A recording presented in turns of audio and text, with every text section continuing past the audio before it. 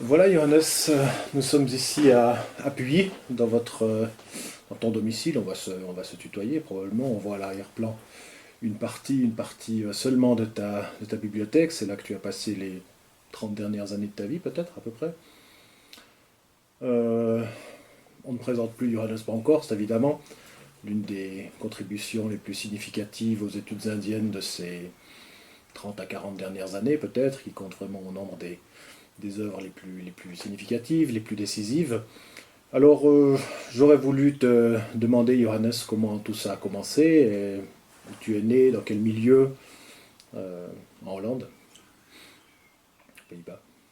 Oui, donc effectivement, initialement, après l'école secondaire, il semblait évident que un avenir dans les sciences serait plus ou moins prédéterminé. Mon père était chimiste et on avait dans ma famille beaucoup de respect pour les sciences, etc. Et pour ceux qui pouvaient le faire, l'étude de quelque chose de scientifique était presque une donnée. Et donc j'ai commencé à faire des études de mathématiques et de physique et que j'ai relativement bien aimé, mais Tu te rappelles en quelle année à peu près tu as commencé ces études? c'est en 64. D'accord. En À Leiden. 64. Et, mais hum, j'avais l'impression que, quoique c'était très intéressant, il y avait plus dans le monde que les mathématiques. Et j'avais l'impression que j'étais un petit peu limité dans ma compréhension de ce qui se passe en nous, êtres humains, et j'ai pensé que je voulais voir tout ça d'une autre perspective. En combinaison avec le fait que j'avais je sentais le besoin d'échapper au service militaire. Euh, En combinaison, ça a donné lieu à l'idée de partir d'Europe, d'aller ailleurs, étudier une autre culture, si possible de l'intérieur, voir comment le monde se montre dans une autre culture. Et c'était bien entendu, c'était la période où l'Inde était très à la mode. Un voyage en Inde, c'était pour certains jeunes presque obligatoire, c'était la période de hippie. En fait, c'était à la fin de le gymnase. Pendant les vacances d'été, pendant 3 mois, je suis voyagé vers l'Est avec un ami jusqu'au Pakistan. Pakistan. Et après, l'idée de vouloir revenir dans ce monde, et de découvrir mieux, etc., est restée avec moi. Bon, donc quelques années plus tard, cette option s'est présentée. J'ai écrit à une université indienne, mais je ne savais rien des études indiennes, c'était par ignorance totale. Mais dans un journal, j'avais lu que quelque chose sur l'université de Jaipur, de Rajasthan. Et j'ai écrit, ils m'ont répondu que j'étais le bienvenu, et me voilà. Donc je suis voyagé, toujours par terre. En fait, à ce moment-là, je trouvais utiliser l'avion comme une sorte de tricherie, de ne pas voir le pays qu'on parcourt. Et donc, la première fois au Pakistan, je suis passé par Turquie, Iran, Afghanistan, etc. La deuxième fois, je voulais passer par l'Afrique, ce qui n'a pas tout à fait réussi en raison de guerre et de ceci et cela, mais en fin de compte, je suis quand même arrivé en Inde, à Jaipur. Et Oui. maybe we can talk to English if you want. Yeah. So recently you told me a few anecdotes about this trip through Africa. Can you briefly say a few things, because it's Yeah. not very common what you did at that time? No, it was not very common, partly because it was the time of the war in Biafra, and with this same childhood friend, we traveled first to Dakar, we went through the Sahel, then we could not continue because Nigeria had blocked all its borders. You couldn't travel through Nigeria. So we had to travel north through the Sahara. And in the middle of the Sahara, my friend decided to go home. I met a German who had a Volkswagen and went down again. We almost didn't survive that trip. We got stuck in the sand, but okay, that was, we could have been dead, but we somehow survived. And again, that didn't help either.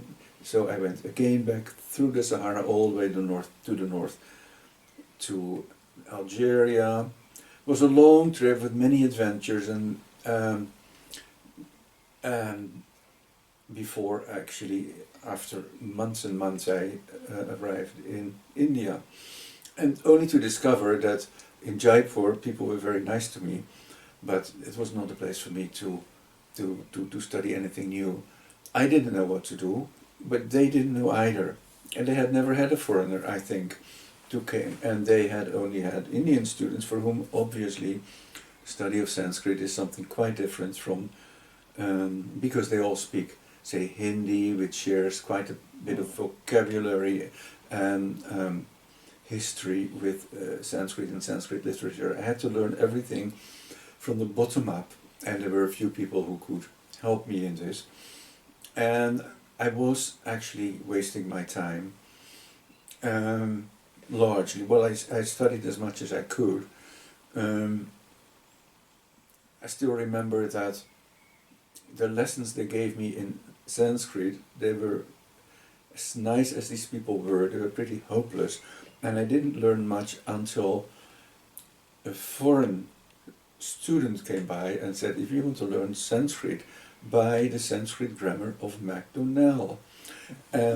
So that's what I bought, which I learned then by heart, more or less. And then at least I made some progress, and I had some base from which to continue. So it didn't work so well, and how long did you stay there?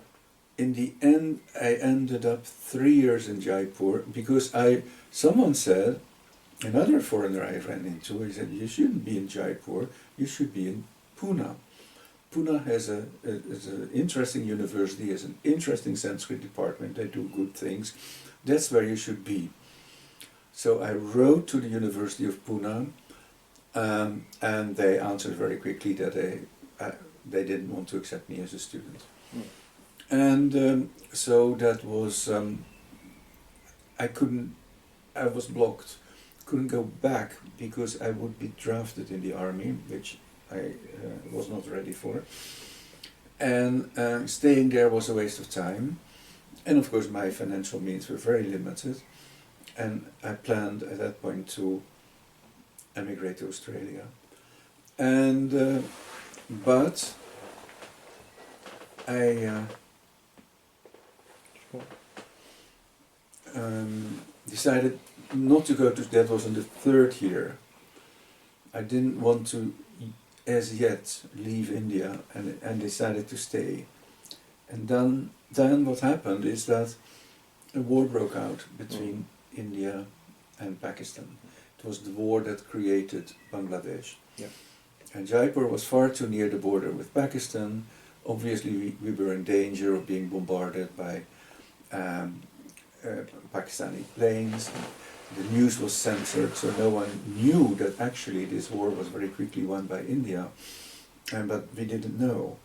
And everyone was scared. I couldn't do a thing. There was total blackout, and I decided to pass the cold winter. Jaipur is very cold in winter and has no heating. To go to Goa, where it's nice and warm and out of range of Pakistani airplanes. So I took a train to Bombay. From Bombay I took another train that was supposed to take me nearer Goa, but the train was full.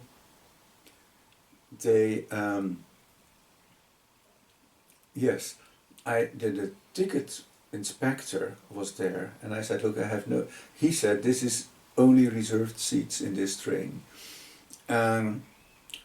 But he was kind enough to say, look, I'll do my round. If I found an empty seat, it's yours, but if I don't, you have to get off the train. Well, okay, so I could sit on his seat until he came back and he said, sorry, all passengers have shown up, you have to leave the train. Where did I get off? In Pune, of all places in the world, in Pune, where they had refused me as a student. And so I had to pass some time in Pune, and I decided to go to, especially to the Bhandarkar Institute, about which I had heard. And I talked there to the honorary secretary, that was Professor Dandekar. For one reason or another, I told him my story, and that made an impression on him. And he thought that I should be a student in Pune, and I didn't know how influential he was. He phoned a few numbers, I don't know what, and 5 minutes later he said, you have now been accepted as a student here. So that changed my life, no longer Australia.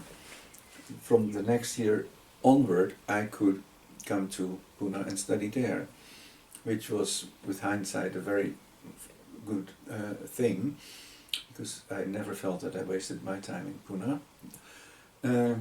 But before that, you ask an adventure, of course, I went first to Goa, waited for the war to end, went back to Jaipur, started preparing my move to Pune, and then when the time came, I decided, because of my limited finances, to go hitchhiking. And I did hitchhike, and that became an adventure in itself, because in those days the roads outside towns in India had virtually no personal cars, only lorries. So lorries could give me a lift for short distances, until a big lorry stopped and said that he could take me for 500 kilometers, something like that, on condition that I sit on top of the load, not in the cabin that was full. But it was fine with me. I was sitting there and had a relatively good time, noticing that the lorry drove very, very slowly, unlike most lorries in India. Which was not bad either, because Indian roads at the time were often rather bad. There were lots of holes, and so I was spared the bad experience, but it took a long time, 1.5 days I think, on top of the load. Occasionally we stopped to drink a tea or to eat something, but then we went on until the lorry driver had to go to Bombay, had to go left to Pune. And so at that point I thanked the driver and asked him why he drove so slowly, at which point he pointed out that I had passed 2 days on top of a load of dynamite, of all things. So, well, again, yeah, I survived that, went to Pune, and as I said, from then on, I think I no longer felt that I wasted my time. I felt the environment inspiring, especially since I could dedicate myself to Indian grammatical literature.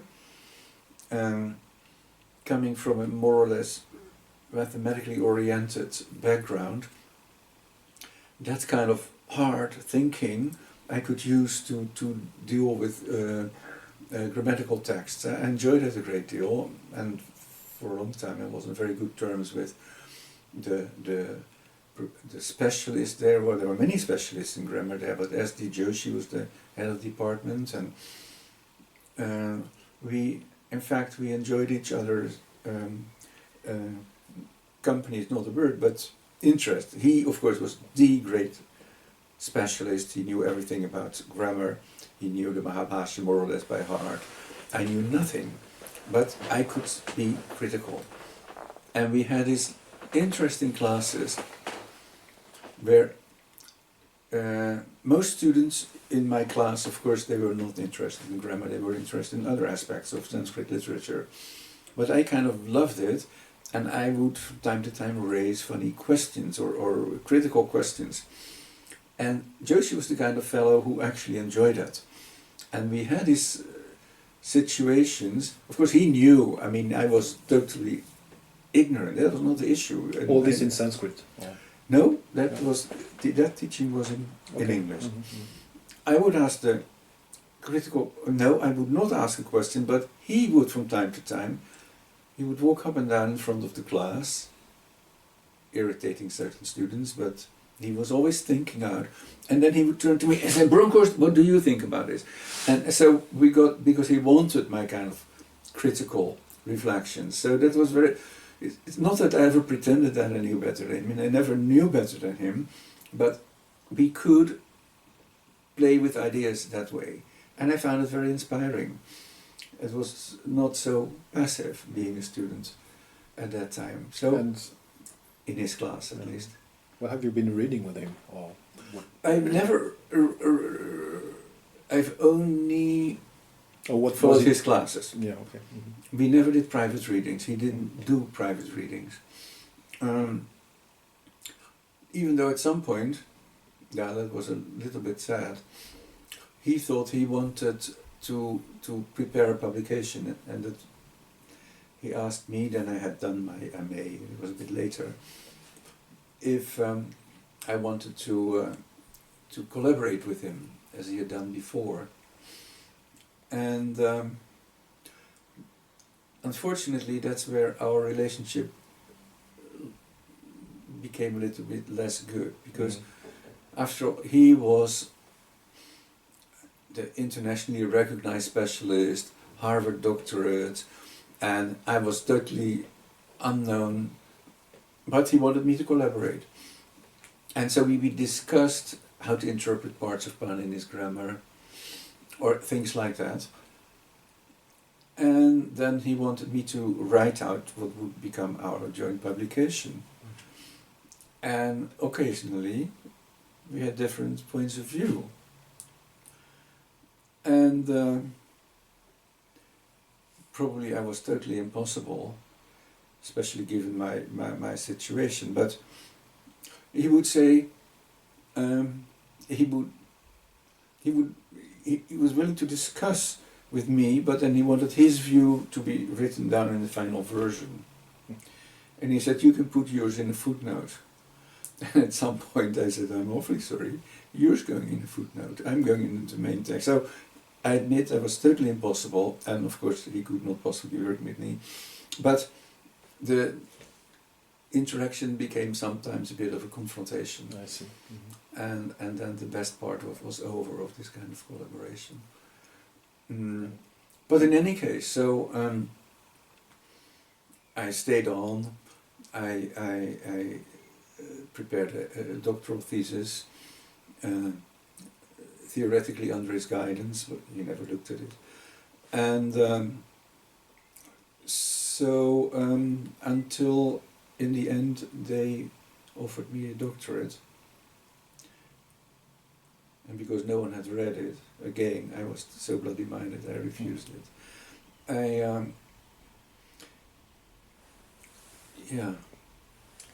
At the same time, I started also reading with some of the traditional pundits who were in Pune. Joshi was a bit in between. He had a traditional training, yes, from his uncle's side, and he had done a doctorate at Harvard. And he had been discovered by this Harvard professor whose name I forget, Ingalls, as a traditional scholar. And Ingalls had said, if you do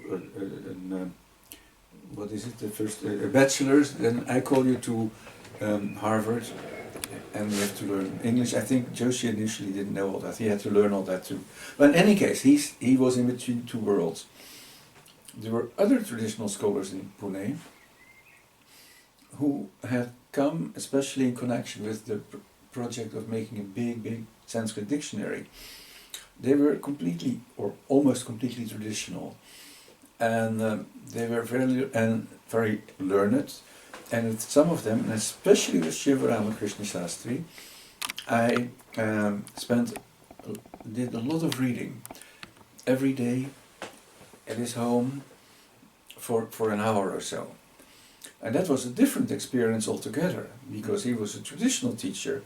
He didn't want me to say critical things, or to say, I don't think you're right. And he did it once, and he started shouting, and that was then in Sanskrit, for half an hour, along the lines of, if you know it better than I, why the hell do you come here? And like that. So he wouldn't bear that kind of critical attitude. But I learned to live with that, and learned a lot from these teachers, because of course their mastery of these traditional subjects, not only grammar but also Nyaya, and you name it, all the traditional schools of philosophy, was unique. And so I think I profited an enormous amount from doing that, until of course at some point I had to go home, I had run out of money. Can you maybe just say a few words about the kind of things you read with him? Paninian grammar, or I did or other Paninian texts, but also very much different texts of Indian philosophy. Which ones in particular? I don't remember. There is this, will come to my, especially much in Nyaya, because these Pandits, they were good not only in grammar but also especially in Nyaya, certain Vedanta texts with not usually the oldest, but the more kind of the traditional ones that traditional scholars learn, and often almost learn by heart, texts from the second millennium, more or less.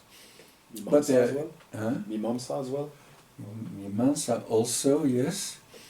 Yes, but then the Mimamsa Prakasha, or whatever it is, not Shaura Bhasha, for example, but the condensed texts that, yes, I think all the classical schools, they got their turn. And that was always a Sanskrit medium, which was nice and interesting, and in a certain way seems to be the way to do these kinds of texts. And then of course I had to go home after all those years, and by then I was too old to be for the army, and then I realized that I'd spent a lot of time learning something that at first sight was totally useless from a kind of income point of view, and I thought I'd pick up studies of mathematics again. But at that point I met Tilman Vetter in Leiden.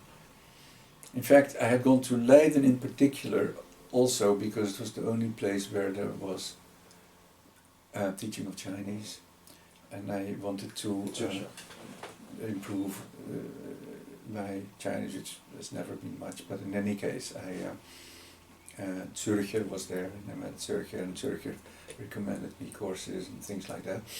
But that's why I went to Leiden in particular, and then of course I met Tilman Vetter, and Tilman Vetter was in his way quite encouraging. He said, look, it's not necessary to leave this field for you, and try to get to make a living by studying mathematics now or something. Perhaps I can help you get some kind of financial support. And he was very helpful, and he also said, if you want to be accepted in the Western world, it will be better to have a Western doctorate. And since I had spent all those years not only writing this Indian doctorate, but also writing a number of other papers, and he pointed out that in Leiden, a collection of papers, if they were coherent enough, could be accepted for a doctoral thesis. So I was in the situation that I accepted his suggestion. I phoned the university and said, can I be inscribed for a doctorate? And they said yes, and then I said, can we at the same time fix the date for the defense? which had never happened, so everyone was a bit surprised. But then that was circumstances that led me to that situation. May I just maybe ask you about the title and the subject matter of your Pune doctorate, and then this one, the Leiden doctorate? The Pune doctorate was about the Paribhashya Indushekara, a text by Nagesha. Nagesha is a late author, but who was studied by all people who traditionally studied grammar. He dates from around 1700, and he wrote this text about grammatical paribhashas. And that, all students will agree, is the most complex part of grammatical literature.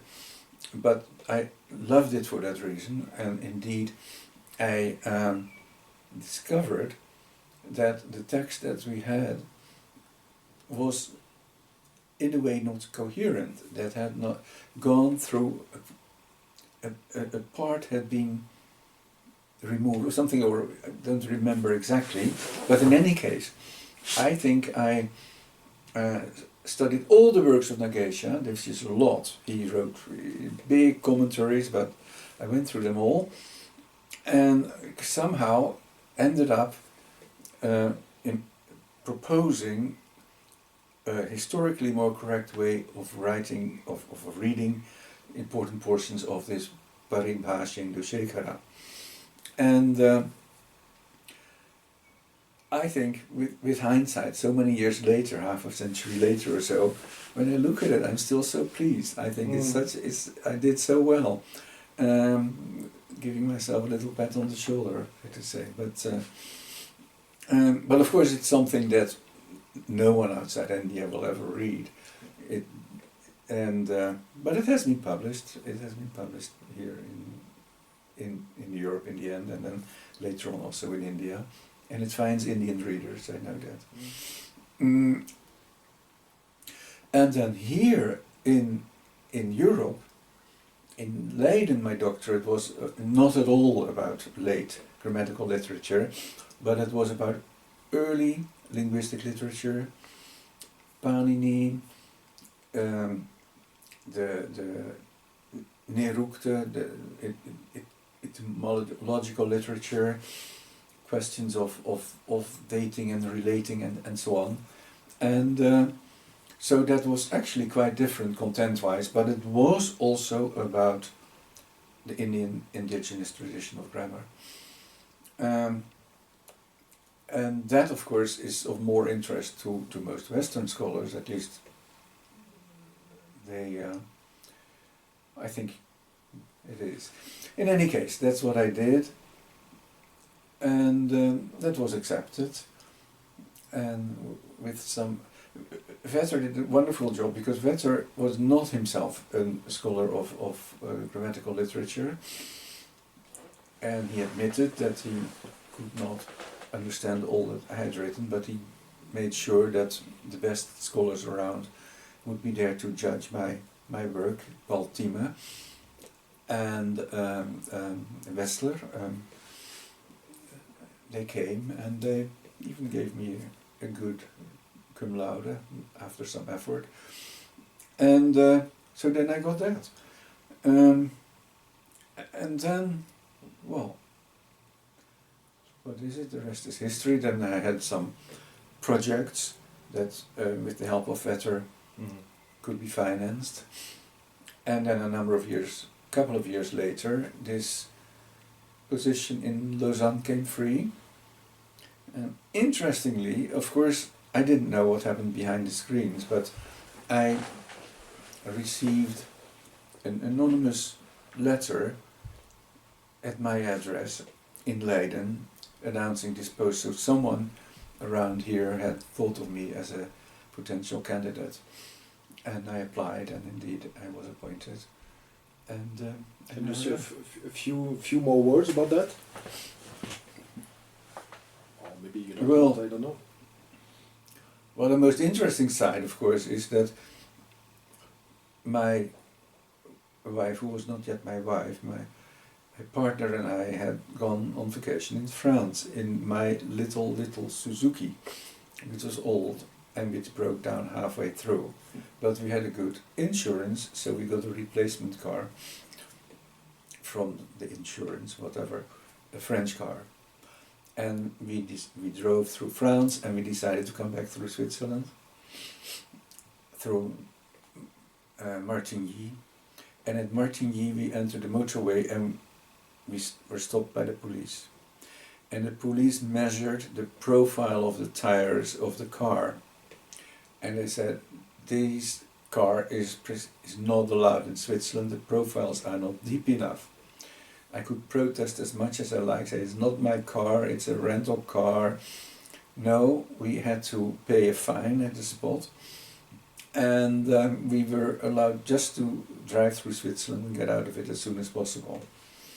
And so at that occasion I was so pissed off with this country, Switzerland, and I said, look, normally I drove, but at that point I said, look, I don't want to drive in this country. And I asked my partner to drive.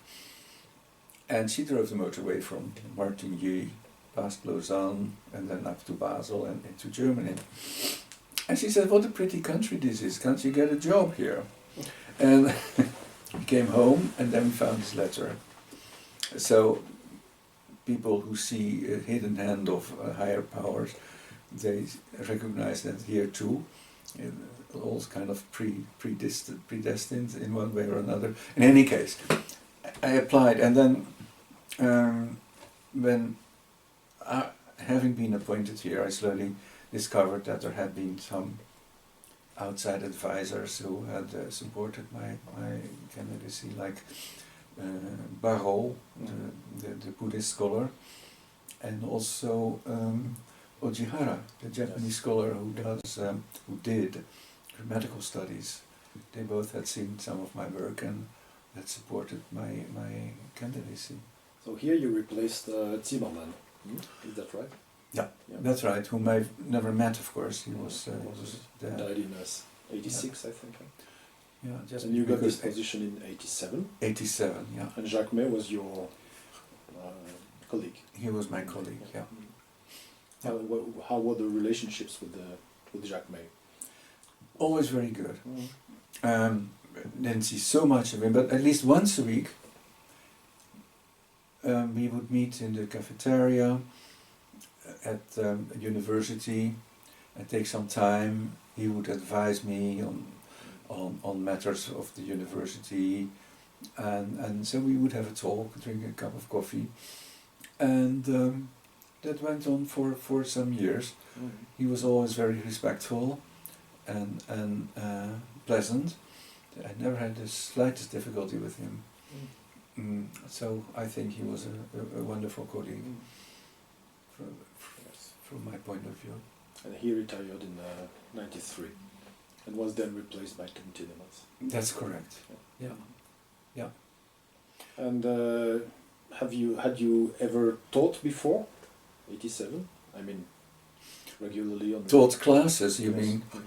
Well, in Leiden, Tilman Vetter encouraged me sometimes to take a class on Indian philosophy, which I did, but it was not even part of my job, so to say, but being part of the department, I did it. And of course I had taught, but not Indian matters. Halfway through my stay in India, having run out of money, I had come back to the Netherlands, having first contacted the Minister of Defense that they were not going to draft me, stayed for a year, and was a teacher of physics and mathematics in a gymnasium, in two gymnasiums. And but that is a different experience from teaching at a university, because children of 13, 14, 15 years are not the same as students of 18, 19, 20 who know what they want and who are not obliged to be in your class. They can go when they want, whereas in a school it's not so easy. So yes, that was an experience. Had its good side, and but was also quite challenging, I must say, for me. Yeah. And yes, so You had to learn French, of course. Teach. I had a passive reading knowledge from school, and because when I went to high school, of course, one didn't learn to speak, one learned to read. Yes, sure. And I don't know if that is still the case, but that It was for me as well. Yes. oh, still, yeah. That enough basis to kind of course, I did then private. That was the biggest challenge. I had to come to Lausanne to give a public lecture before I was appointed. Now I had something to say, that was not a problem. But to say it in French, that was a challenge. So I took private lessons, and let's say I succeeded. So they didn't discover how weak my knowledge of the language was, so to say. But in any case, that has worked okay, and it was interesting enough. I'm happy that I had an occasion to improve my French and use that. Did you enjoy teaching? I enjoy teaching well enough, because of course at the university one is at a different interaction than at a high school, and it also is one has to prepare. Usually, much of the time, I did some general courses in the beginning. At some point, someone else could do that for me. I read texts, but unless my great Shivaramakrishna Shastri, who would never stoop down to preparing for reading, of course I did have to prepare. I did have to be prepared to deal with it, but that was then an interesting challenge, and yeah. Of course, but as a teacher, one sometimes wonders, what does one do? There are so many things one tells any student could find in any book, and one feels sometimes quite superfluous. So I once explained to my students that my task was not to tell them things that they could find on their internet or wherever very quickly. My task was to teach them to think critically. And I thought, how do I teach someone to think critically? I say, if I tell you, you must think critically, then in your exam you will write, I must think critically, and nothing has been gained. So on one occasion, I thought of the following. I said, look, I'm going to teach a course. But because you have to learn to think critically, on one occasion I'm going to talk nonsense without telling you. And you have to figure it out. And so, of course, they looked a little bit surprised, and they thought that I was mad, perhaps. And how did the experiment succeed? At the end of the course, some students came to me and said, now when was it that you talked nonsense? At which time I answered, every single time, which well, was a little bit of a game. I wasn't there at that time. You weren't there at that time, I don't think. No, I don't remember that. Yeah. No, I remember something that was very striking to me. First of all, I remember I had been advised to pay a visit to you by the Père Piton in Fribourg, whom I asked to read some text with me, and he said, well, it's a bit too late for me, but you should go to Lausanne, where a new professor has been appointed and is doing well, and okay, and maybe when you have learned Sanskrit grammar, come back to me. And I never came back, actually, so because I was happy in Lausanne, but that was not the point.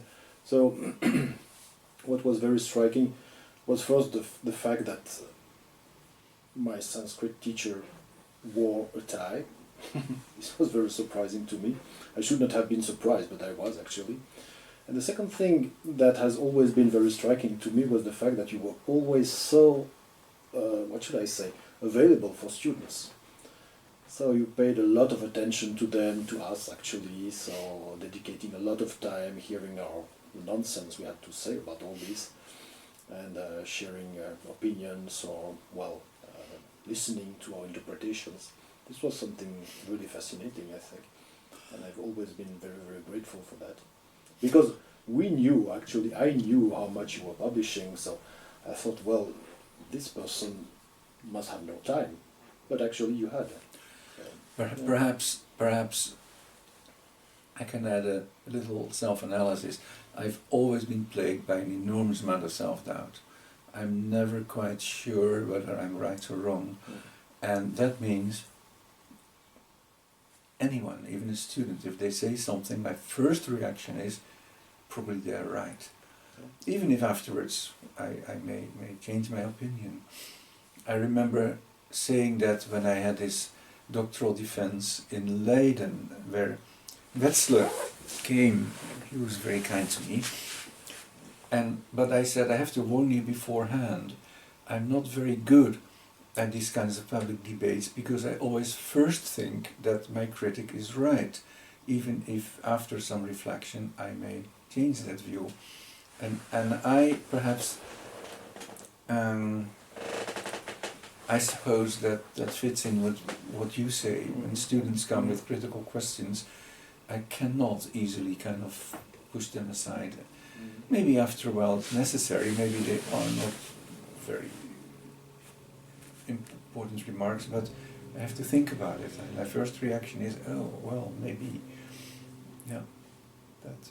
So to some extent you also learned something from your students? I certainly did. Certainly did. So you've been teaching, you retired in Lausanne in 2012 or? 11, I think. 11. 2011. So, of course, you've been teaching all that time, but you've been researching a lot. So, if one considers the evolution of your work from your Indian time, so to say, one is struck by the fact that somehow Buddhism takes increasingly more place in your reflection.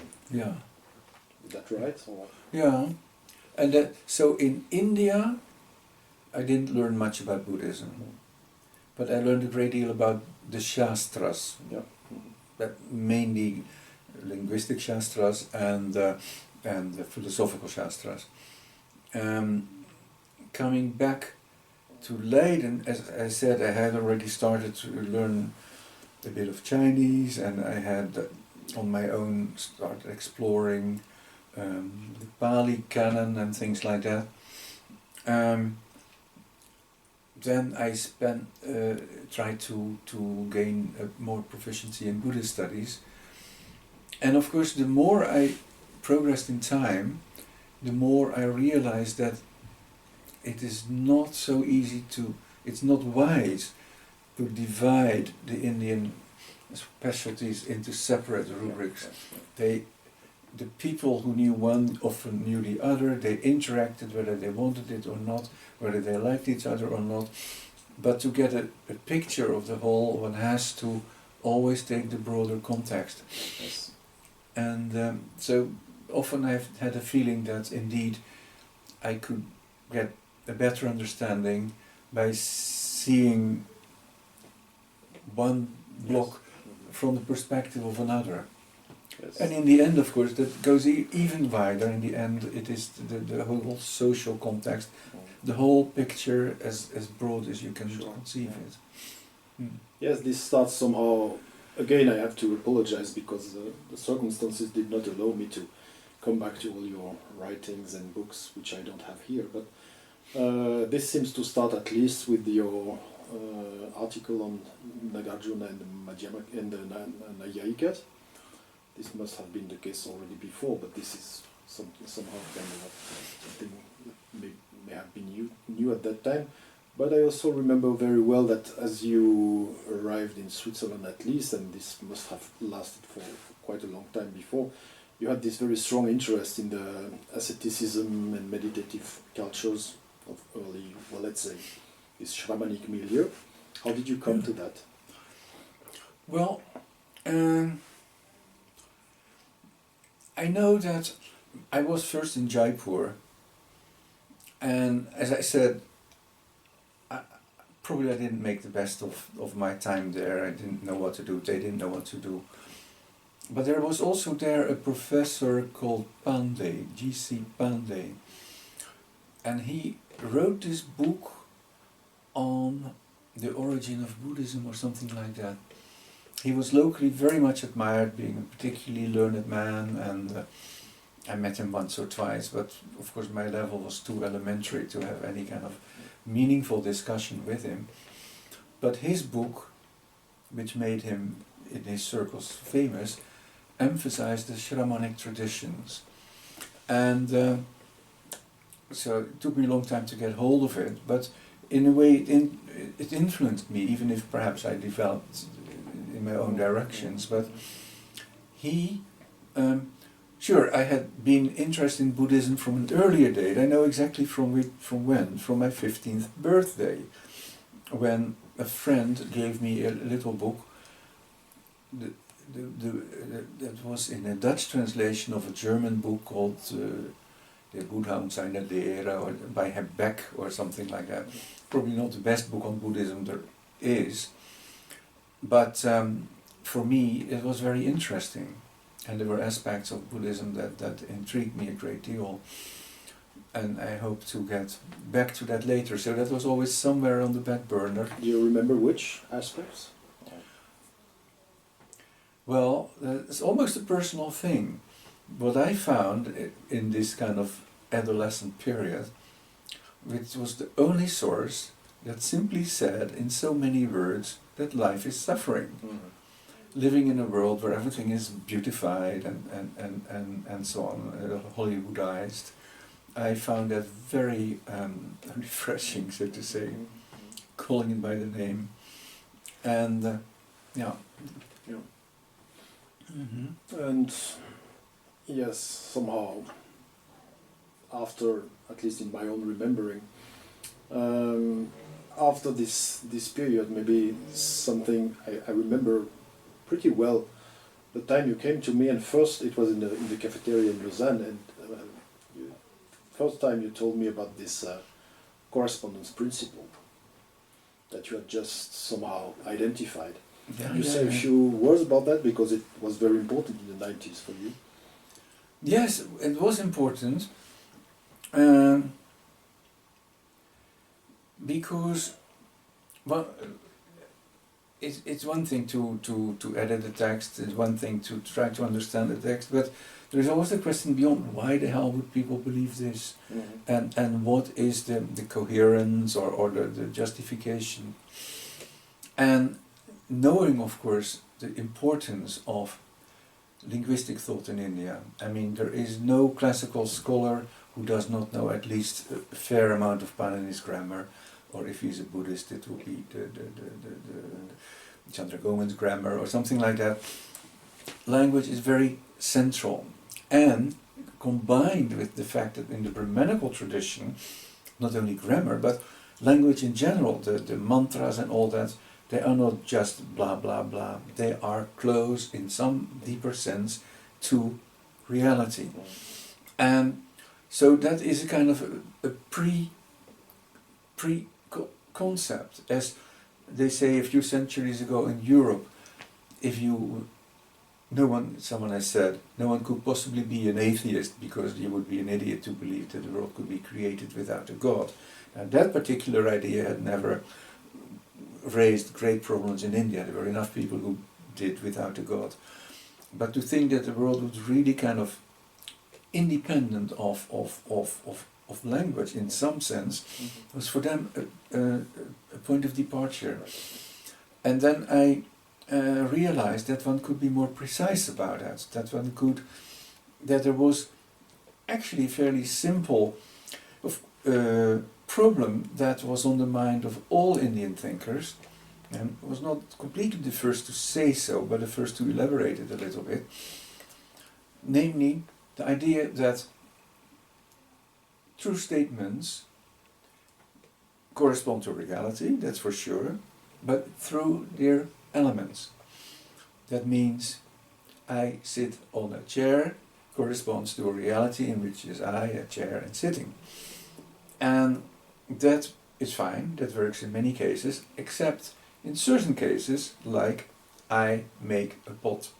There is I, or the potter makes a pot. The potter is there, he makes, but there is no pot.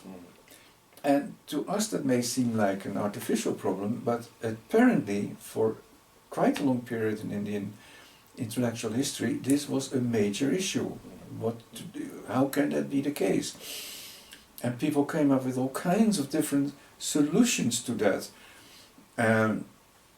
For example, the pot refers really to the material that will become a pot in the hand of the potter. Or there is no such thing, in the most extreme case, there is no such thing as making anything at all, and so on. There were a variety of solutions offered, which only confirm that this was a real problem that kept the minds occupied. Also with consequences on teleology, things like that. Yeah.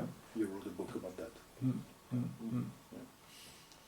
That's right. Yeah. And so this, I think the third, to try to understand why people, well, that's why I went to India in the first place. Why do people see the world their way? And that means what drives them. It's not good enough to have a good addition, but you want to enter into the heads of people, what makes them tick, not dismissing it as, on the contrary, they use their brains that were as good as ours, but along different lines. Yeah. Are there some, I don't know, some broader patterns or dynamics that you would identify that characterize, for instance, let's say, India or ancient India and pre-modern Europe, or even, I don't know, is there anything you might say about that after all this time reading all these texts and being interested in both civilizations or cultures? Or is it too broad? It's probably too broad, but there is one theme that comes to characterize all Indian thought, and that is the belief in karmic retribution. And true, it took a little while to become all-pervasive, but it did become all-pervasive. And I think many of the philosophies, they say, as justification for philosophizing, they give that in the end, if you have the right understanding of how the world works, that will free you from the circle of rebirths. And of course, I know many scholars have said, well, that is just superficial, that's what I have to say. Maybe sometimes, but I tend to think that that was actually an issue they did have in their mind, like perhaps in European philosophical history. I suppose God pops up all the time, and maybe for some that was just an excuse to be accepted by their church or so. That will certainly play a role, but I think for many it was far more than that. I like to take purist writers seriously to the extent I can. So certainly, so this is in the world of thinking something all-pervasive, I think. Yeah. Yes. We could of course talk a lot about this, and this is somehow endless. But coming back to your own biography or intellectual biography somehow, then I also remember at the end of the 90s this interest you had in the origins of Indian philosophy and the possible points of contact, Gandhara for instance. Yeah. Well, India of course is not completely isolated in the world. It's completely different from, say, the classical world in Europe and from China in one sense. But at the same time, there were contacts, there were interactions, even if a tendency came in India to consider itself separate from the rest. I do like to think that we have in India, of course, this tradition of debate. This recent Nobel Prize winner, whose name I forget, the argumentative... Amartya Sen. Yeah, the argumentative Indian, he points it out, and I think it is the experience of many people who spend some time in India. Educated people, and maybe non-educated people, they like to debate, to discuss, to argue forward and backward. And maybe that is a rather general feature. We won't emphasize this too much, but it's my experience. And but why? What is the background? No, I don't want to say that there's only one explanation for that, but there is one that does, I think, plays a role, and that is that there is a period in Indian history where it was in very close contact and interaction with Hellenistic culture, not with Greece, but with the results of the conquests of Alexander. There were Hellenistic kingdoms just at the side of India, or even into India, what we now call India, for centuries. And these people, and we know that part of Hellenistic culture was the public debate, the discussion. And so I've suggested that while it was settled in the Hellenistic kingdoms and Hellenistic culture were there in the northwest of India, interaction between the two groups, the Indians and the Hellenists, were there. And they would take the form of discussions. We have very few detailed information about it, but enough to believe, because, and in a discussion, what do? In a discussion, you don't, basically you don't start shouting, you don't aggress the other, you try to find an argument and to defend your own point of view. And it is roughly from that time onward that we see in India this tendency which spread. It's first strong in the northwestern Buddhists, who create their philosophy of Abhidharma. Most people seem to neglect it, and it is problematic because the sources have in Indian language have largely disappeared, and most of them survive in Chinese translation. But it's quite clear they are attempts to create systems, to explain the world in coherent ways. Coherent means that you can't easily prick a hole in them. And now, why should people make coherent systems? Because they don't like to be made a fool of by someone who disagrees. The creation of systems is totally absent in, say, Vedic literature. People did do a lot of thinking, they did what they call debating, but it was not debating at all, it was not comparing opinions. This new way this real way of debating starts in the northwest, just in the region where Hellenistic culture prevailed, Buddhism had found a major center. Like in Gandhara and surroundings. So, I think in Indian philosophy, this particular development is traceable to some extent. The later Hindu philosophies, they tend to be influenced by Abhidharmic thinking, even where they disagree. Yeah. And the grammarians also, Patanjali. Right, and exactly. So this spreads and becomes a general characteristic of all that we call Indian philosophy, whether it be Buddhist, of course, but also Brahmanical and Jaina.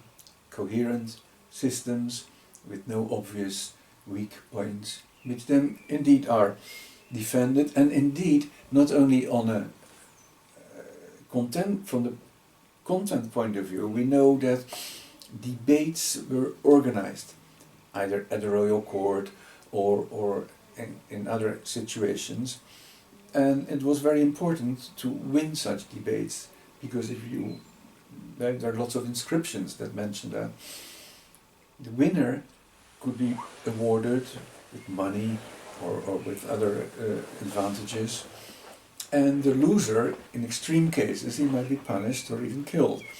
I suppose most often it will not have been so extreme, but debating became part of the Indian philosophical tradition.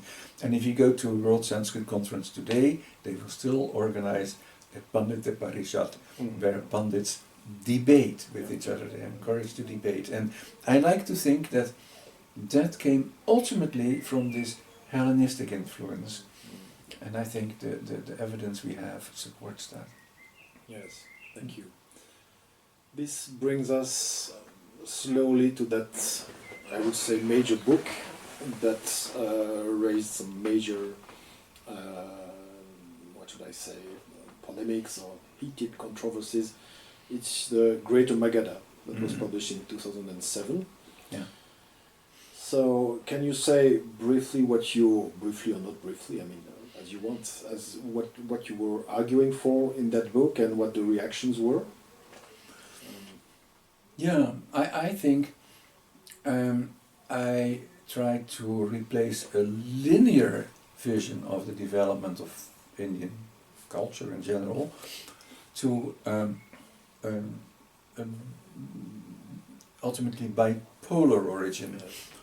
And what I was brought up with was that Indian culture was intellectual culture, religious culture, basically very simple. It was Vedic literature, which developed in a certain way. At some point people started believing in rebirth and karmic retribution. That was taken up by some who then created Buddhism, who created Jainism. And so these religions like Buddhism and Jainism were basically offshoots of Hinduism. And so the other offshoots came, but all it was like a tree upside down, the history of culture. And I came to think that it was not like that at all, that Vedic Brahmanical culture was relatively regional, was not spread over the whole of India in the early years, and that other parts of India, especially the eastern part of the Ganges Valley, held altogether different views and developed differently.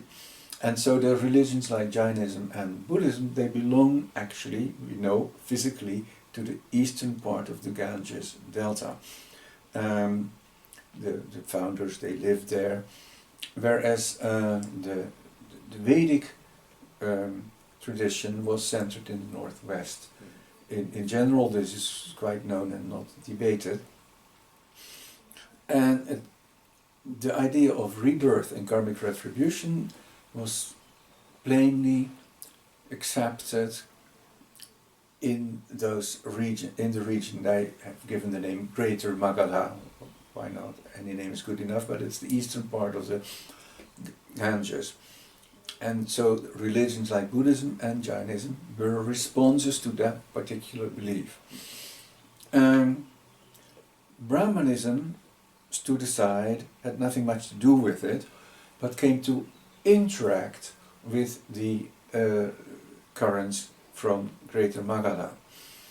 Now, the classical point of view, which I do not accept, is linear, but it means also chronologically linear. That means the first Vedic texts that show signs of rebirth and karmic retribution necessarily have to precede the developments like Buddhism and Jainism. In fact, that was more an axiom than anything shown, and a closer study of the evidence convinced me that actually there are very good reasons to think that it was not so linear at all, that these Vedic texts that show awareness of this particular doctrine are later than has often been claimed. Exactly how much later I won't say, but not necessarily older than Buddhism and Jainism.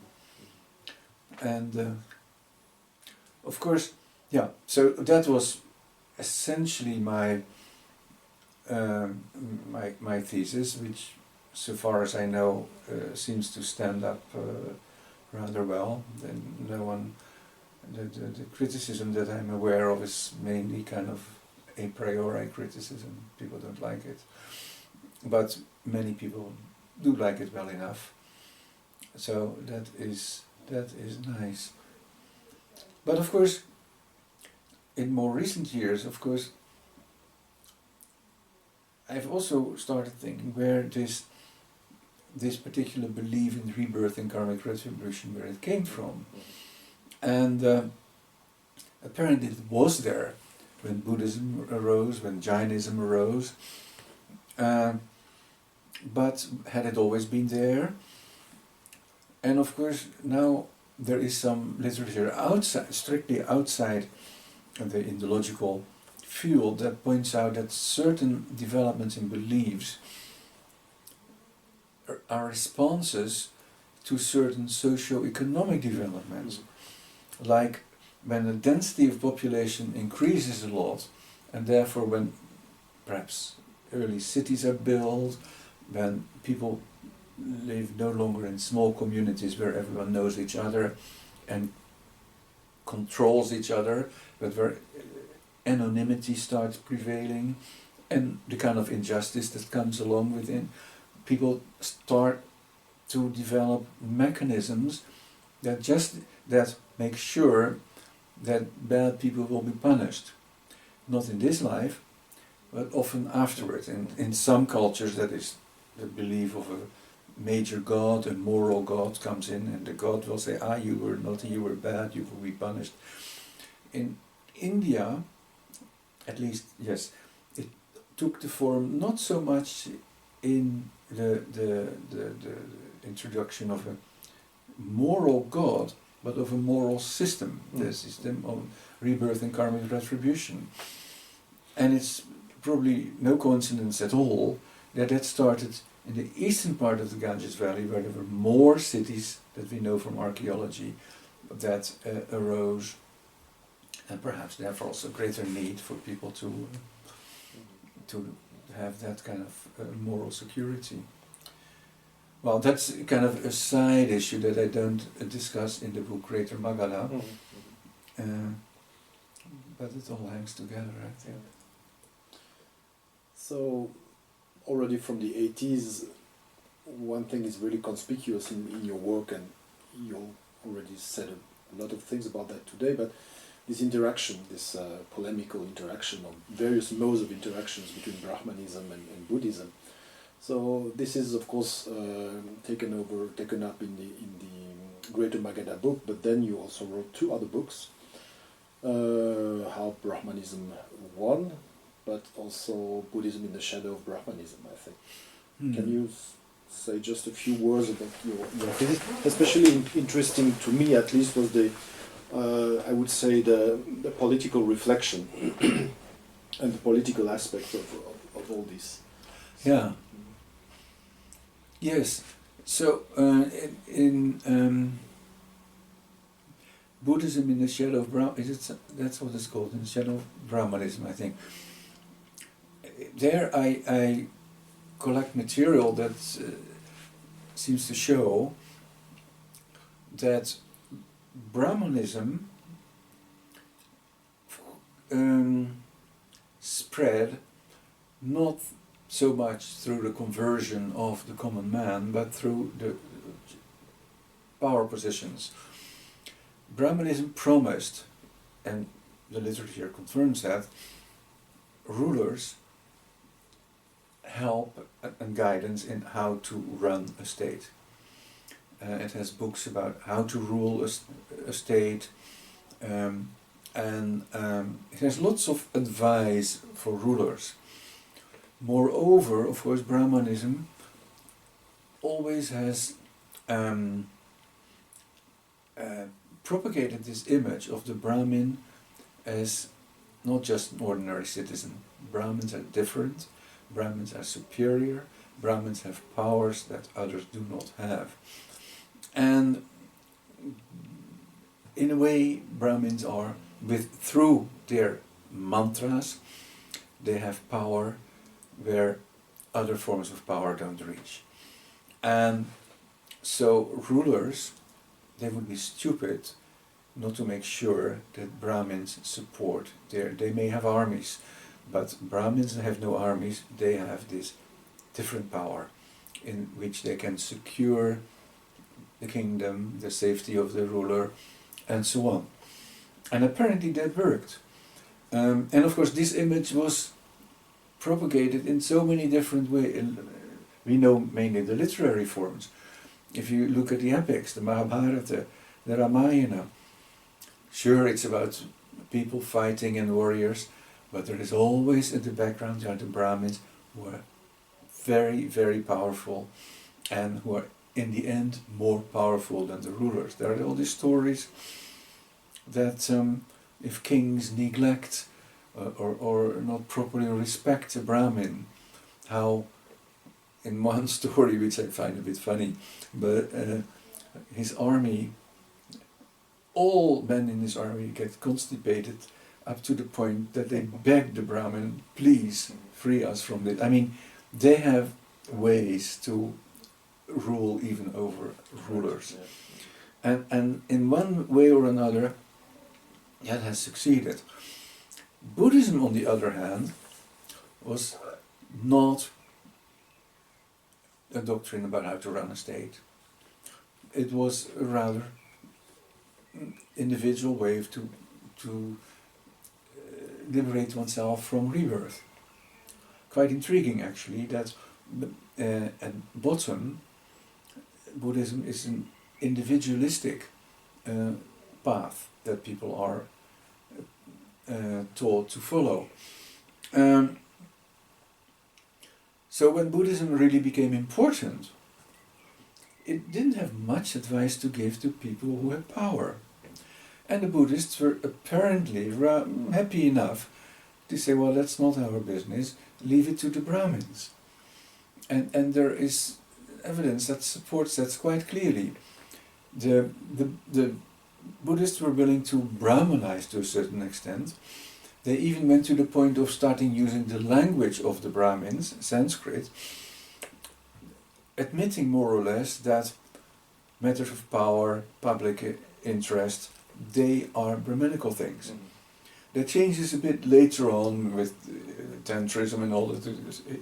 History is complicated, but by and large, the two live together in a way that there were different realms. There were realms for the Brahmins and there were realms for the Buddhists, which perhaps also explains that we have cases of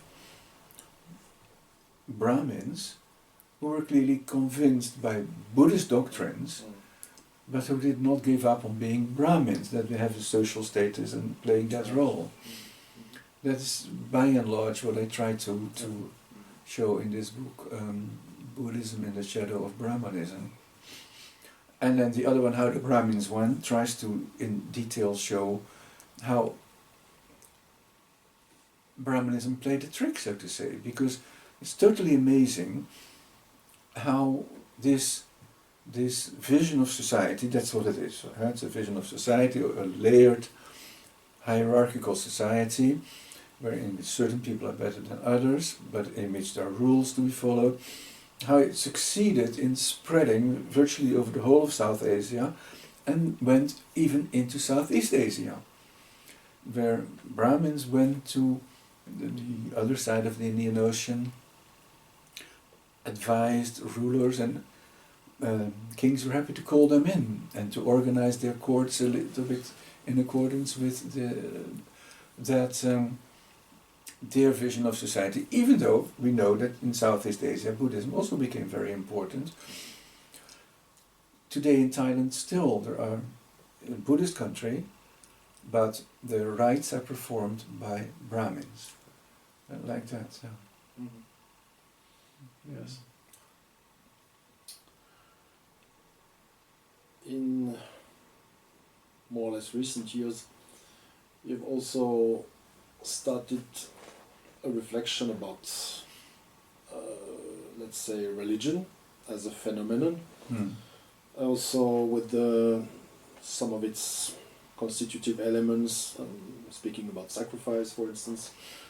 And this reflection somehow comes at the crossroads of several, of course, your career as an Indologist, but also readings in psychology, maybe also ethnography, anthropology. Can you say a few more words about these reflections, your ideas about what religion is or serves?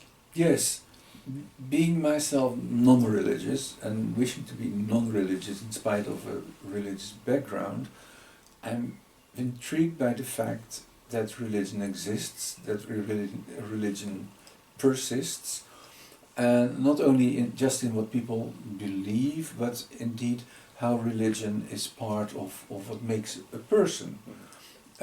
Even atheists, to be clear. I mean, we all have something which vaguely belongs to the realm of religion, and that comes up quite often, of course, in some of the religious and philosophical texts of India, and raises questions which I've tried to pursue a little bit independently. What there is one thing which comes up regularly in Indian religious texts, that is the role of mental absorption. And mental absorption is something like deep concentration, but obviously deeper than what most people normally have from day to day.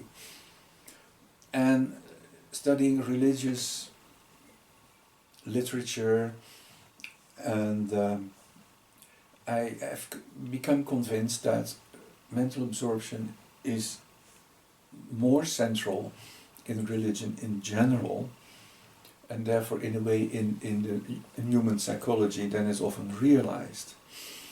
And I've tried to pursue that further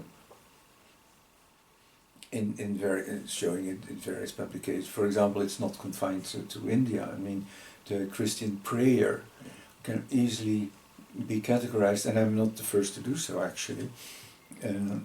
Outside the field of Indology, people have started to realize that prayer is a form of mental absorption, and that some people are better at it than others, and things like that. It's only very recently that I've always wondered, how do you measure depth of mental absorption? You can, of course, what people in the social sciences often do is they ask a person who enters into such a state afterwards to grade himself. But there I feel very doubtful, because I don't know how well we know ourselves in that sense. Is there no way to find out what's going on in our head? And I think I may have found an answer. And that is that any form of the scientific literature, let me say that first, has quite a bit to say about attention. Because obviously, if a person pays attention here, he may not see that. Perhaps you've seen this funny film where people in a basketball play ball to each other, and then a fellow in a gorilla suit walks in. The students are asked to count how many times the red ball is thrown. And afterwards, they count, and afterwards they're asked, did you see anything funny or strange? And they say, no, we didn't see anything strange. And then you say, look again. And then they see what they had not seen before, that a fellow in a gorilla suit walks in, stands in the middle, beats his chest, and because the attention was not directed at that, so they miss it completely. So attention is important, and psychologists are aware of that. But they do not normally bring in, actually they never bring in, degrees of attention, depth of absorption. The literature about that is a minority. There's very little. And yet, my thinking led me to the conclusion that it does make a difference. People who, for whatever reason, enter into deeper states of absorption have different experiences. For example, if you read the mystical literature, Christian mystical literature, but of course also yogic literature, depth of absorption is a recurring thing. It always, the religious deepest experiences are accompanied by deepest absorption. And so what is going on there? And now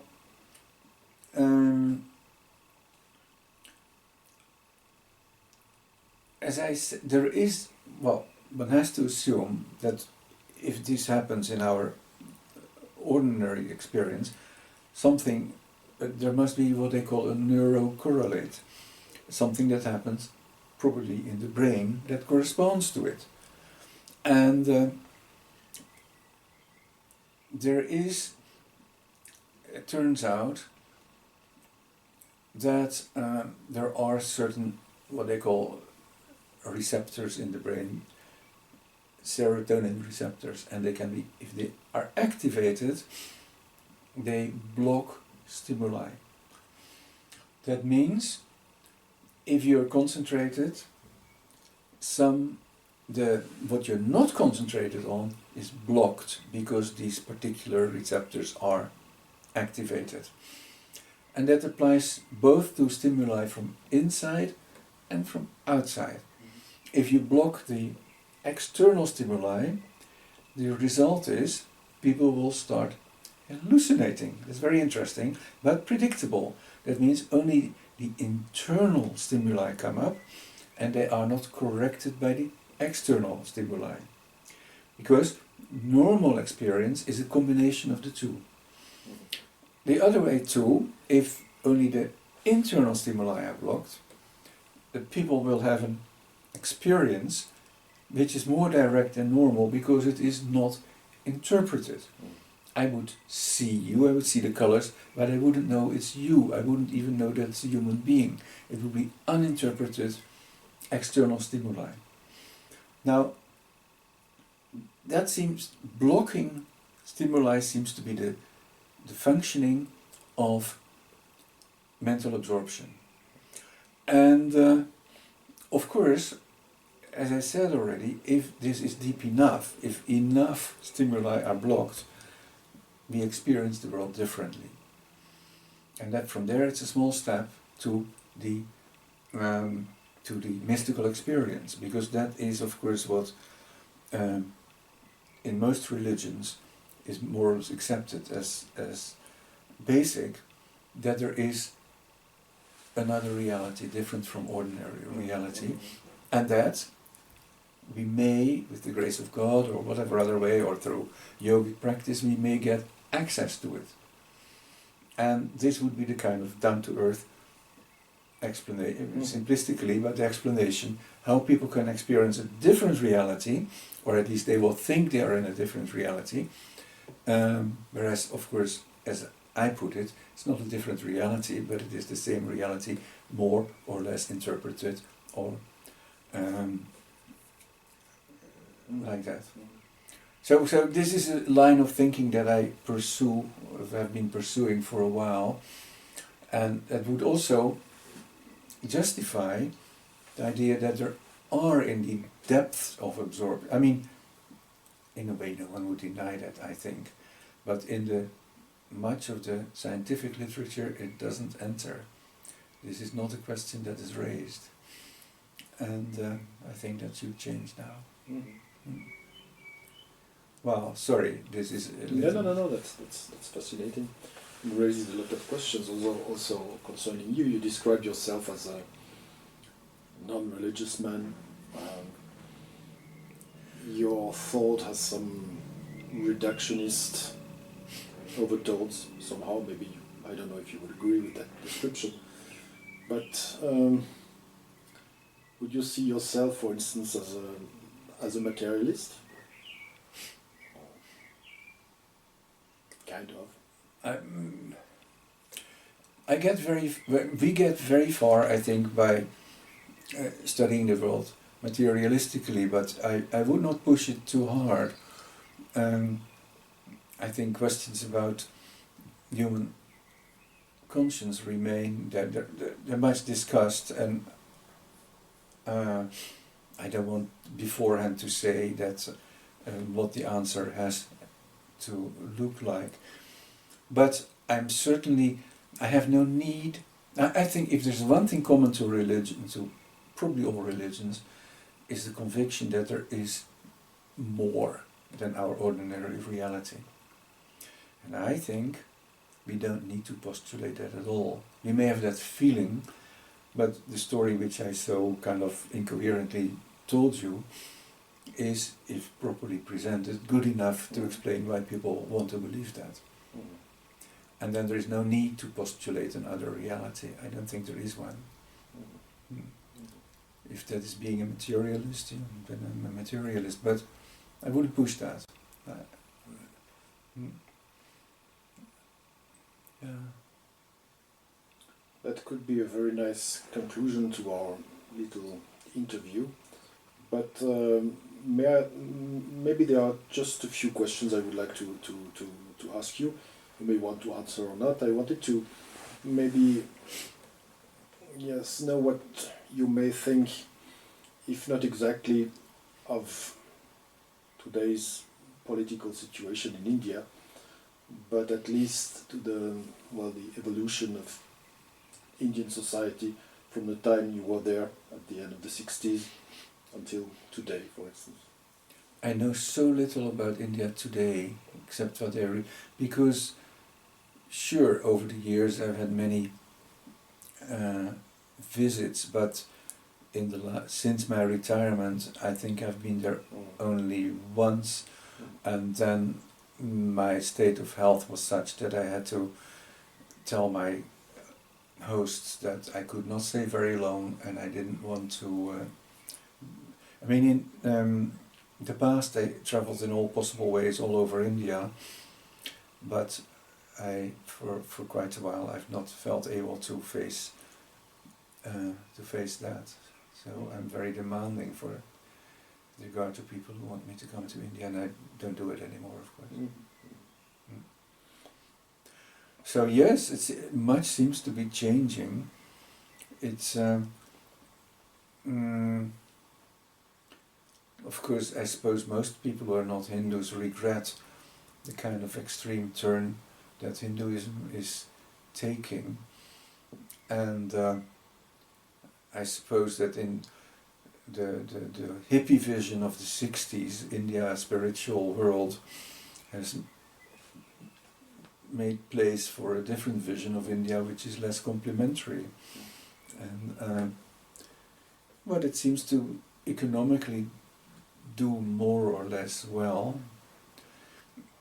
I have always felt that the social system that is based on the caste system can be extremely cruel, and I have always found that hard to see and to live when I was there, and afterwards too. Yeah, and seemed to be very persistent, very hard to eradicate. Are you aware of some maybe the term again is too broad, but some Indian reactions to your work, especially to your recent work? I mean recent, the past 20 or 25 years, because there always is something, and this is very striking to me, and this is maybe one of the most fascinating aspects of your work. I mean, I receive that somehow as very often somehow iconoclastic, or at least potentially iconoclastic, because you seem to consider, or at least to work in such a way that traditions may exist, but very often they are quite ill-founded. Is it something you are aware of or something you consider is somehow part of your, let's say, your duty or job as an Indologist, or how would you react with regard to that? In a way, I think it's the task of every historian to undermine all the traditions that, because almost all we have is based on traditions, religions, political parties. And there's so many things, they have their vision of the past. That's called a tradition. And traditions claim to know things about the past. And I think the historian is there to make sure that they are not mistaken. And of course, very often they are mistaken. I think the good academic historian implicitly is opposed to upholders of tradition. That's his task. He may respect the tradition, he may like it even, but he is the one who's going to say, but this is very nice to believe that, but it's not like that. And I think it's even the justification for historical scholarship, because without historical scholarship, people will invent stories about their past, which will then take on political significance, and that will be almost predictably abused in various ways. I think there are too many examples even to prove this.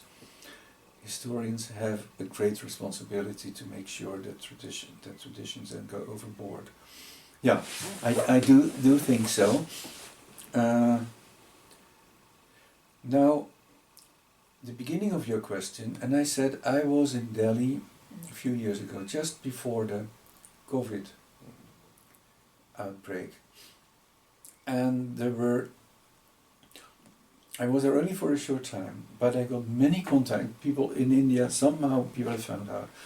For one thing, I was there for a week in an institute, but once they let me give a public lecture, it turned out there were lots and lots of people, and people had come from far to listen to me, and hadn't realized that among certain layers of Indian society, my name and my work, or at least some of it, is known and attracts attention.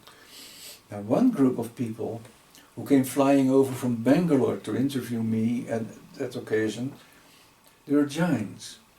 Because, of course, in Indian society, the picture is repeated that Jainism is an offshoot of Hinduism. Jains are really Hindus. They, either having read my book, Greater Magala, or through other ways, discovered that that is not historically correct, that it is different. So that has a direct effect on their self-image. So in that sense, I got then, and also on other occasions, reactions from that community. And also the other people who wanted to, I was interviewed a few times, I was very busy that week, day and evening.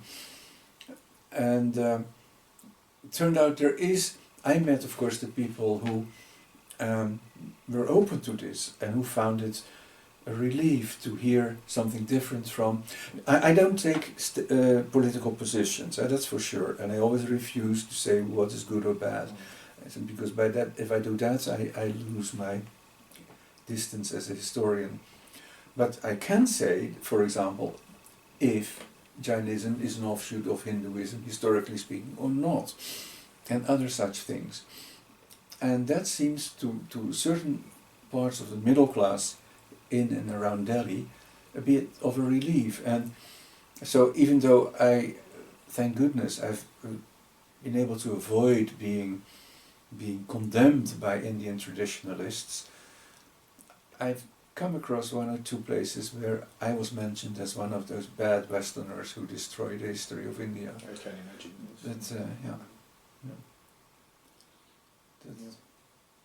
So yes, so there are reactions from both sides, so to say.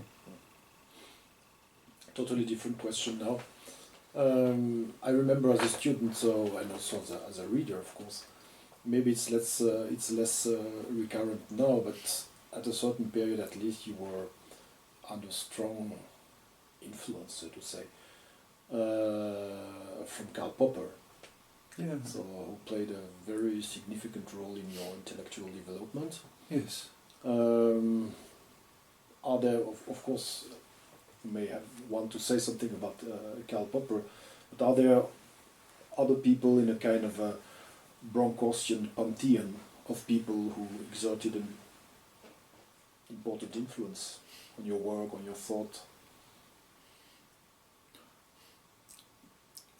Yes, of course, but there are many people who influence me all the time. But when I was a young man and read Karl Popper, that was a bit of a revelation to me, because even though I'm not a strict Popperian in that sense, but to see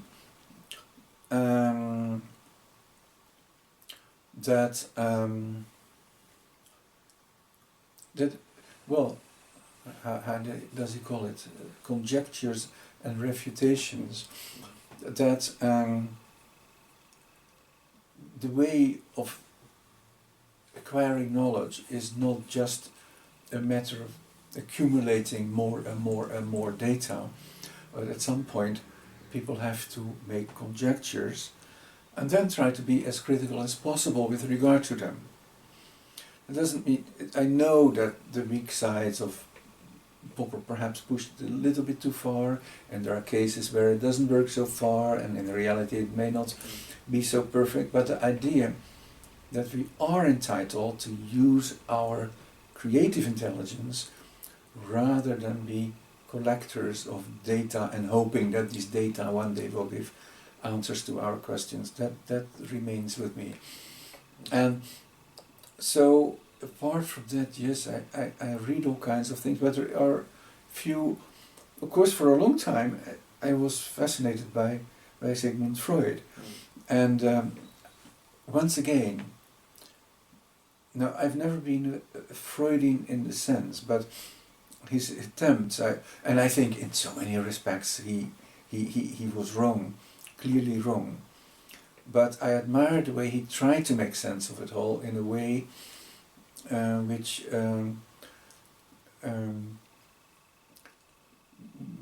is well, he tried to create a system. The system is wrong, I mean, cannot be accepted. But if you put all aside without even looking at it, you may miss out on something important. So, for example, when I think about what I said, how absorption works, of course, some people would then try to put it in a Freudian frame, and there's an ego, and there's an it, and there's this and that. I don't think that works any longer. But I still think he's an inspiring writer. Mm. Yeah. Yes, writing a beautiful German. He writes. He got only literary prizes, nothing else. Yeah. Mm. And among Indologists, are there some indebtednesses that you would acknowledge? There's of course the controversial figure of Frauwalder, which you often refer to. I remember. Who? Havana? Frauwalder. Frauwalder. Yeah. Oh yeah. Yeah. No, Frauwalder has really influenced me, even though obviously he, in many respects, was wrong on a personal level and even scientifically. But he opened up fields. I think. I don't want to defend him, and there's all this battle going on if he was good or bad, but I'm glad that at least he wrote what he wrote, because it took me to all this Abhidharma stuff, for example, that was largely neglected in the histories of Indian philosophy, and other things. Yeah. I don't know, and of course when I came back to Europe, I got sideways a little bit in the ex-Frauwalder circle. Tilman Vetter was a pupil of Frauwalder, and then he was friends with Schmidhausen, and there was the Vienna man, Steinkellner, even Halbfass. Yeah, exactly. So Cemparati. Yeah, they were a kind of a, not a clique, I think, but nonetheless, they hang together, and that was a bit my first group in Europe. Yeah. Mm-hmm. And a very, well, somehow trivial and expected question, but when you consider your life as a scholar and as a man, is there something you might want to have done differently?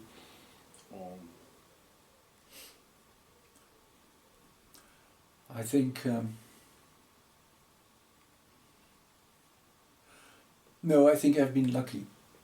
As simple as that. I grew up in a world that grew richer by the day after the world. I was given to understand, not by my parents who were wiser, but in general by the atmosphere, there was nothing to worry about. You could pursue your interests. I was always very puzzled by the world. I was a puzzled teenager, I was a puzzled adult actually, and I never had ideals of that some other people have of celebrity or riches or something like that. But trying to understand has been fundamental to me. And I think I've been lucky that circumstances have allowed me to spend a great deal of time pursuing that. And that was not planned in. I never planned a career. As I said, when I came back from India, I was not looking... I know that in India, in the last years in India, someone said, look, when you go back to the West, you must think of your future. And you must think of a future at a university. And then there was a dean of some American college or so who came to visit Pune. And I was introduced, and I was made to ask, what should I do to prepare a future in this? And he gave me the kind of advice which I disliked strongly, kind of cool career planning. And that was so far from what I was used to. I do remember at that time I was in written contact with Frits Staal. For some reason I had asked him something. And I did once write, I said, look, I will have to leave India at some point. Could you give me just a little office and a little income to continue? And that's the only time I remember I really, but of course he couldn't do that. Who can do that so easily? And what did he know about? Well, we became good friends. I mean, afterwards he was nice enough, but I had kind of decided, and that's where Vetter came in. Vetter said, no, you don't leave the field, or well, he was not so determined, but he offered me the option of staying in the field. And then, of course, that worked, and then I got a position here in Lausanne. I think I've just been extremely lucky. That was not calculated, and I'm happy about that. You said your father was a chemist. He was a chemist. And this quest or search for understanding, is this something that was somehow nurtured in your family environment from the beginning? I guess so. Yeah. I guess so. And here again, on the one hand, of course, Protestant, Calvinistic background, I don't know so well how it is here in Switzerland, but in the Netherlands that meant that people discussed. People went to listen to sermons, and then afterwards they would go home with friends and they would discuss the sermon, or what they discussed. So that was part of the cultural life. That I suppose I have inherited and taken on. And my father obviously was a questioner in some sense. He somehow gave up in despair in his youth. He had almost left Christianity, and then that was more than he could face, and he fell back into Christianity. But not without having had a hard time and having questioned himself. And yeah. Did you ever hear of Spinoza, for instance, in your youth? Was Spinoza was not a factor in my youth. No, I don't think so. No, of course, he would be too revolutionary, I suppose, for Calvinists in there. probably, yes. No. I think my parents, because especially my father, who was the thinker in the family, he was not at ease with it all. On the one hand, he needed this Christianity because he was convinced of his sinfulness and so on. But on the other hand, he was not much at ease with it believes in eternal punishment and things like that. No. When did he die?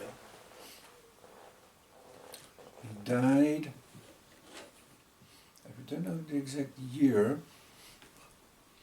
Let me see, probably around 85 or so. Yeah, he was from So 1901. before your position was that? Yeah, Mhm. yeah.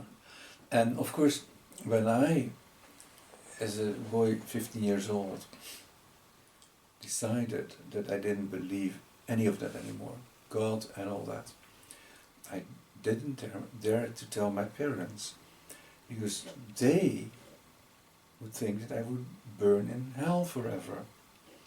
And I could not possibly tell them something so horrible. So I kept it a secret. And when I went home and I went with them to church, and I never revealed that I didn't believe a letter of that.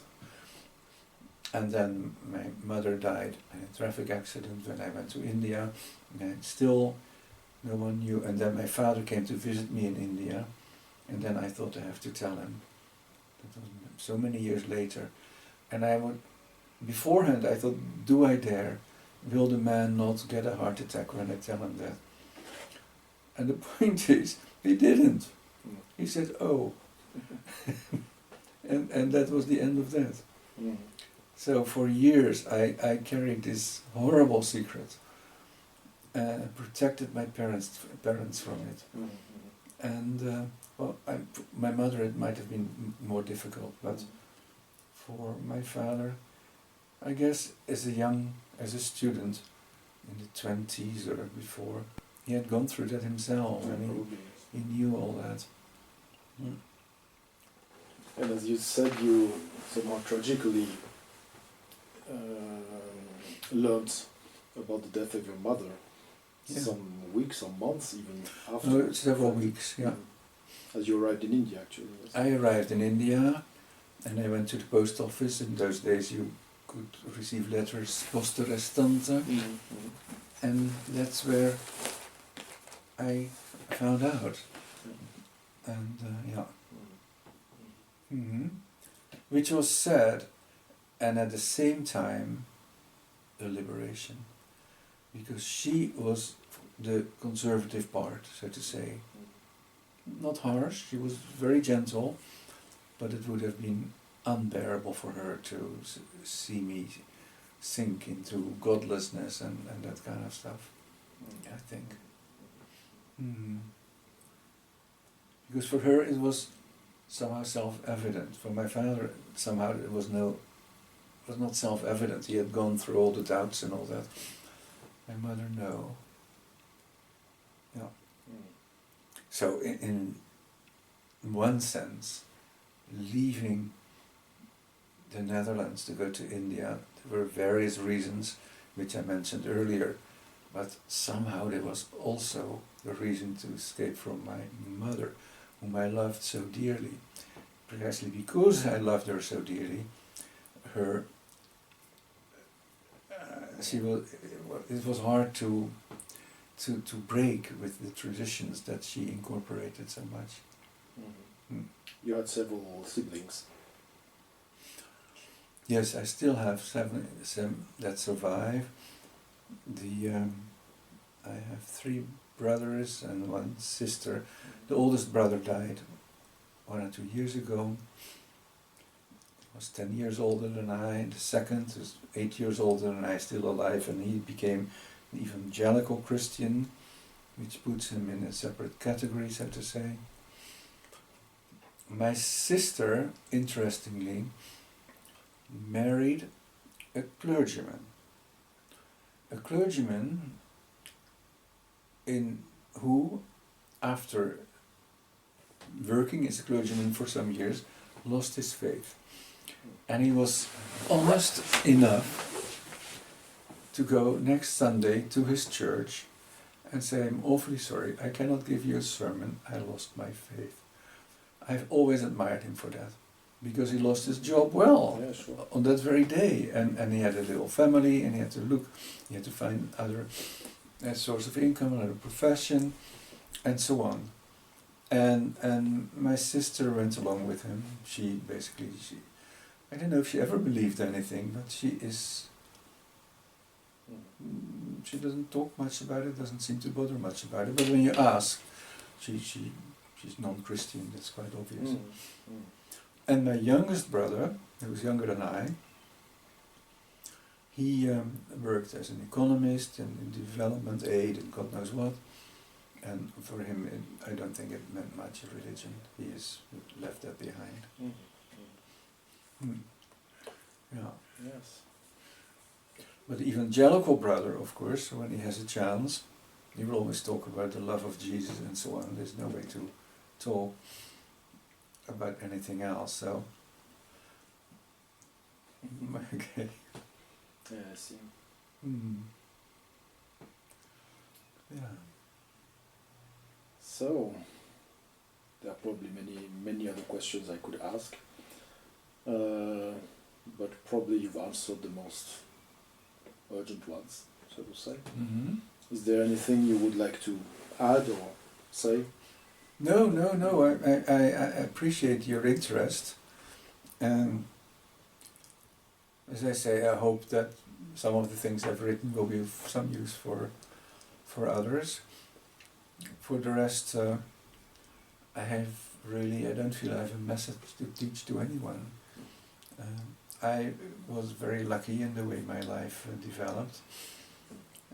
Others will be less lucky, and somehow they have to find their way. There's no deep wisdom that has come out of all these years of study, I think. No, maybe you don't have any message to convey here explicitly, but people who listen to this interview, and even more, of course, people who are going to read or have read your work, will see many messages, actually. Yes. Johannes Bronkhorst, thank you very, very, very much for this kind interview, and well, thank you. Thank very you, much. Vincent. Yeah. Thank you.